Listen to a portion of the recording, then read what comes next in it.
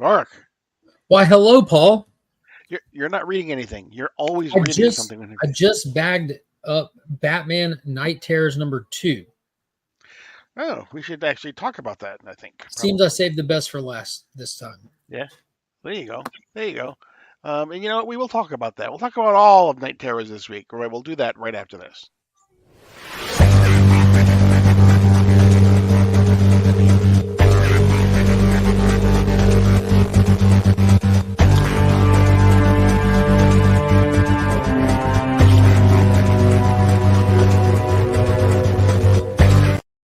So before we get started, make sure you hit the subscribe button, hit the like button.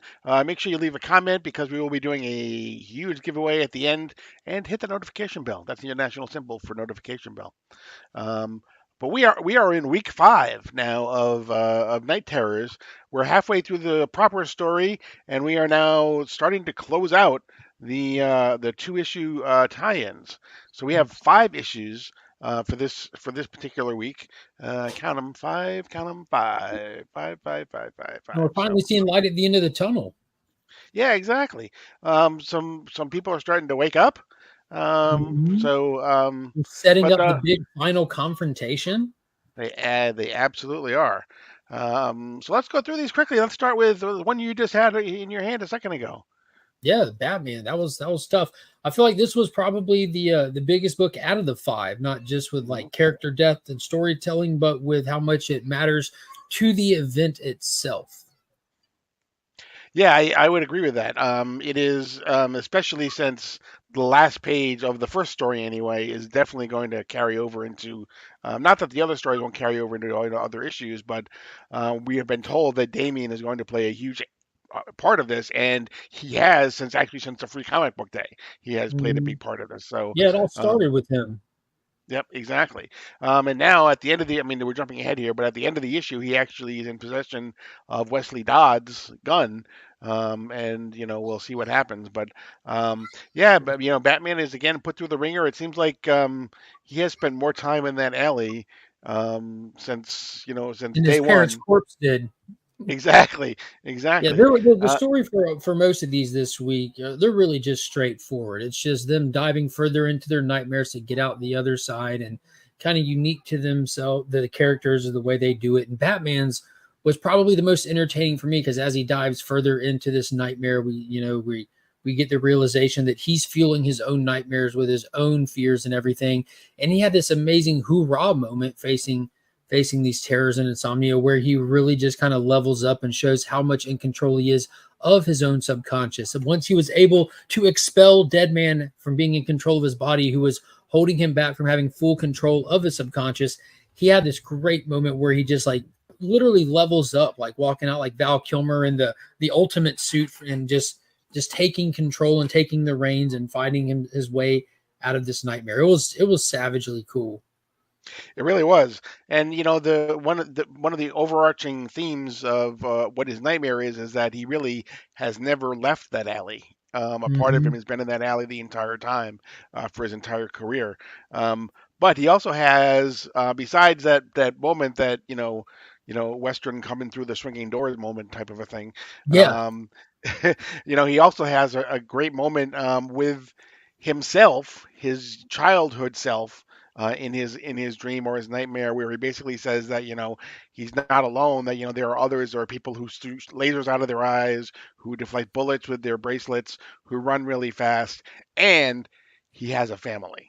Yeah, I Um, thought that was that like I just got goosebumps again. Like you won't be alone. You'll have the best friends and a family, which is pretty right. cool because especially over the last like year or two inside the Batman books, they've really been focusing on that like I'll do it by myself kind of mentality and how he doesn't have to do that. And it was cool seeing him have that realization in here and acknowledging it by himself to himself. Right, exactly. And so again, where it basically ends is we believe that he is out of his nightmare, and on the last page, it's Damien saying, "Yes, this is the real world, and we lost." We Um, lost. right, and again, he's standing there with Wesley Dodds. Sandman gun. So, and then there is a second Let me story find with let me find Arsenal. out what the Nightmare Stone is hiding in that gun.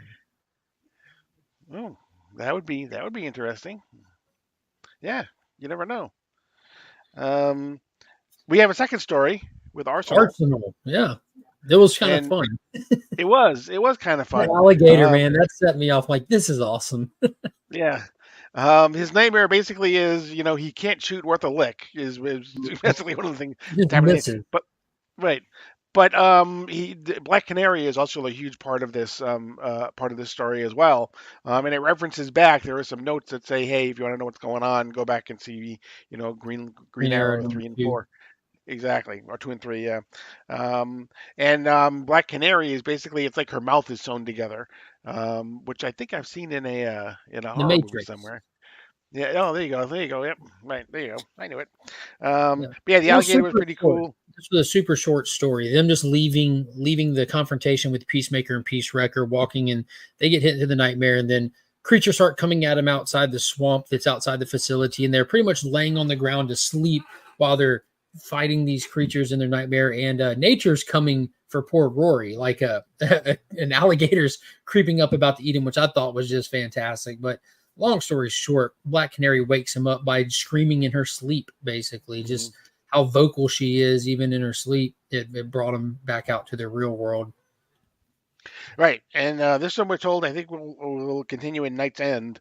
If you don't know, there are four main issues, and then there's a bookend at the beginning and the end of the main series, and then all the tie-ins. So Night's End is kind of going to be the big wrap up of everything at the end. But yeah, I mean, I've always been a huge Arsenal fan, and I was so depressed with what they did to him when he was part of the Justice League, and when for Prometheus, I think, or something. That whole thing where he basically went off the deep end because of his daughter and everything, and it was so sad.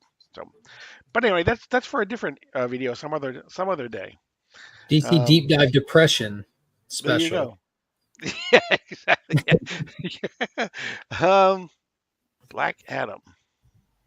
Solid. I don't know what it is about the artist in here, but it just resonates with me for some reason. He does a great way of doing these flying at you shots, like fist back Mhm. flying at you, and he's just drawing Black Adam in a way that you don't see too often. His suit looks like cloth, and his hairline doesn't have a widow's peak, and it's just I don't know. It just gets me sucked in with this one, and this was a huge setup for what's coming at that whole big finale. So, like with all of them, fighting his way out of his nightmare, but what we get in this is Deadman actually appears to him in his nightmare. Like he actually gets a moment of clarity. He knows he's in a nightmare, but in the beginning, Deadman kind of tells him what's going on. He pops up. He's like, "Hey, just let you know, I can't stay long, but X, Y, and Z is going on in this whole event, and we got to get out of here." So he continues his quest of diving through his nightmare and dealing with his Black Adam themed version of things, just to get to the ultimate finale of waking up. And it looks like he brought something back through with him. This big creature from the front, which is a physical manifestation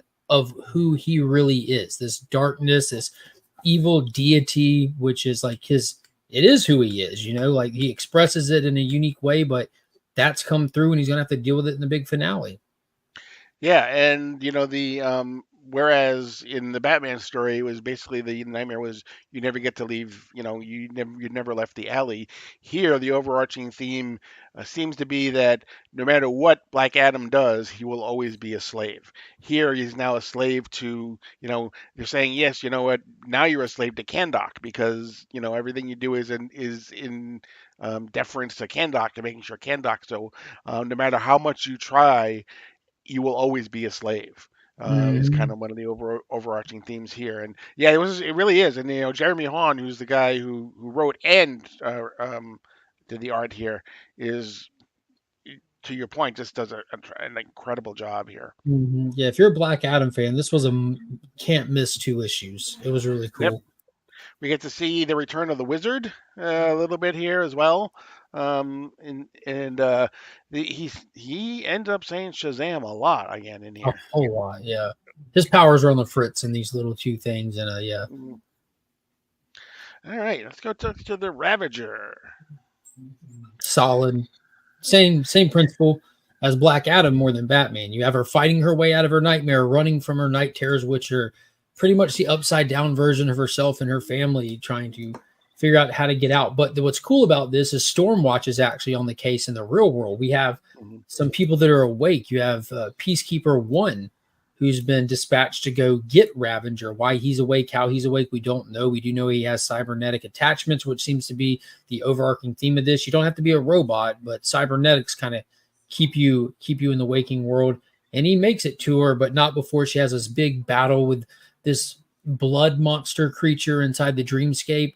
And she battles her way out, and she wakes up to Peacekeeper there and telling her it's all over. Let's get back to Stormwatch kind of thing. And we see some of the blood came through as well, and it starts to move. So it looks like the biggest baddies out of these tie-ins are coming through for the big finale. It won't just be something with Insomnia and his little like group of generals and stuff, but there's about to be an all-out war by the end of this.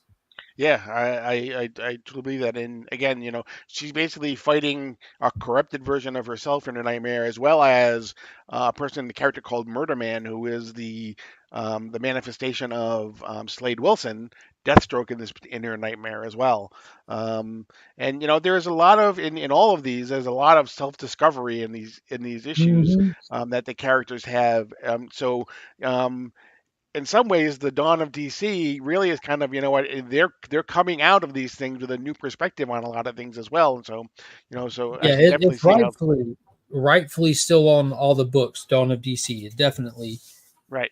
But yeah, again, there was a solid issue, and it was like when I first saw the blood at the end, I'm like, "Ooh, Venom's here." God, But yeah. It's definitely going to play. I mean, it doesn't really say what it's going. It just has that one. It has the end with a little question mark that they do. So I wonder if it's going to play into the big finale, if they're going to roll it over into story and Stormwatch, or that's happening out of Brave and the Bold right now. It definitely is, and they actually mentioned that too, is to find out what's going to happen, with going forward, to check out the Brave and the Bold. Okay, the Joker. This one was significantly better than the first issue. We left this series with Joker doing the 9 to 5 thing, Batman being dead, and him having the realization at the end of the first issue that Batman's still on the streets patrolling, and he didn't know how that's even possible. And that's what we explore in this. And just like predicted, we have a Joker Batman running around, killing criminals, pretty much being Punisher and stuff. And like even the good guys, like all the criminals. It doesn't look like there's any other superheroes or good guys in this world. It's just Joker and this Jokerized Batman, and he's trying to make sense of it and still going to work. It was a funner read. It just it all seems so pointless with the Joker book compared to like all the other stuff. And the 3 that we just talked about now, it seemed like it didn't service the event at all for me, in my opinion. Right. I mean, there is, in the villains, both Poison Ivy and the Joker here, not so much Poison Ivy, but definitely the Joker one here. There is more humor, which you would probably expect, obviously, in a Joker type of a story. But there's a whole thing where he's basically calling in people who are interviewing for a job, and he, Mr. Freeze comes in, and he's like, freeze. Fries. Yeah. What am I saying? Fries, freeze. Right. So, that was the one thing that exactly. He actually does go, and he goes to Wayne Manor, and he actually meets Bruce Wayne. They have dinner, and Insomnia happens to be the butler there. And how funny was the table scene? Like, call back to Batman 89. When they walk into the table, Bruce sits down, and Joker keeps walking to get to the other end of I just wanted him to say, "Can you pass the salt?" Right, exactly. And then I don't know if you noticed it or not, but if you notice what Bruce Wayne is wearing during that dinner, he is wearing a Hawaiian shirt and a purple. Exactly, he's wearing exactly what the Joker was wearing at the door when he shot Barbara Gordon. Yeah, they kept changing like with every couple of panels, like the little Easter eggs in his reality. It kept it was just Easter egg central. Yeah, I think the other funny thing is like the fact that he has Batman's corpse in his house, and he does have a family in this. It showed that he has a wife and kid, and at one point, like Batman's corpse falls out of the closet on top of his kid. He's like, "Oh yeah, don't go in there. I'll just hang that back up." I'm like, right. And to your point, I mean, there doesn't feel as though there's really anything that's going to be any consequence to it, and you can get that actually just because it just ends, and it's like he ends with him in the middle of an alley somewhere, basically amongst other villains and everything, and it's not like it's going to be affecting the story. All of these other stories so far seem as though they're going to have some sort of some Carryover. occurring exactly, yeah, Yeah. just some other This was story, just but more of like a window into the world of the Joker yeah, during, exactly. which is Yeah, so fine. yeah, if you like a Joker story, then this I don't think will disappoint at all. But and then the final one is Poison Ivy. Bah. It's so simple. If you enjoy the Poison Ivy series, you might enjoy this. If you don't, it's such a waste of time. It's Yeah, For me, it was just a waste of time. I'm not reading Poison Ivy. I don't care about Poison Ivy as a standalone character. She's a Batman villain and pretty pointless otherwise. I could not get over the eyes in this. They're like freaky. Yeah, it was weird, and I breezed through it as quick as I possibly could, and it was just her running through her nightmare or her Pleasantville, just addressing all the neighbors, which are supporting cast members of the Batman titles. Harley is like kind of just tripped the censor of Ivy in this one by trying to poison some weeds in the yard to keep everything perfect, and it was she's like, this isn't right. I got to find that other lady who's running around in here who's a victim of this place, who's not enjoying this nightmare, and they just run their way out through, like you said earlier, self-discovery and realization. Hmm. Yeah, and I think we said this for the first issue too. Is that, and you just mentioned it too, is that um, for a lot of these stories, if you're getting the main title, these Mhm. probably mean a lot more and will be right up your alley. So Because this is written definitely by don't G. not read Willis. them because of us. You know what I mean? If Yeah, exactly. you like the character, you'll pretty much guarantee you're going to like what they're doing with them. But yeah, Right. And we heard that from some people too. That in some of the comments from the last time is that they said that they really did enjoy like the Poison Ivy one. but So there are some curveballs. If you do not like Punchline, read Punchline. That was yeah, just, again, kudos to whoever wrote that. I can't scream the praises of that single issue comic enough. right, I was really absolutely. impressed with it. Hmm. So next week we get Night Terrors number 3. And we get a whole new set of 5 number 2s as part of the 2 issue tie-ins. So Nice. um, looking forward to those. Again, make sure you leave a comment on these videos because what we'll be doing at the end is we will be giving away the entire Night Terrors saga, all of Very the cool. tie-ins exactly. Um, and we will have a special live DC Comics deep dive that we'll be doing that, as well as we'll be giving some things away to one lucky person in the live chat that particular night as well. So, We're going to go ahead and um, announce that live is going to be on a Wednesday. Is that what the plan is? yeah, yeah, Opposite Wednesday night, opposite Guess That Key.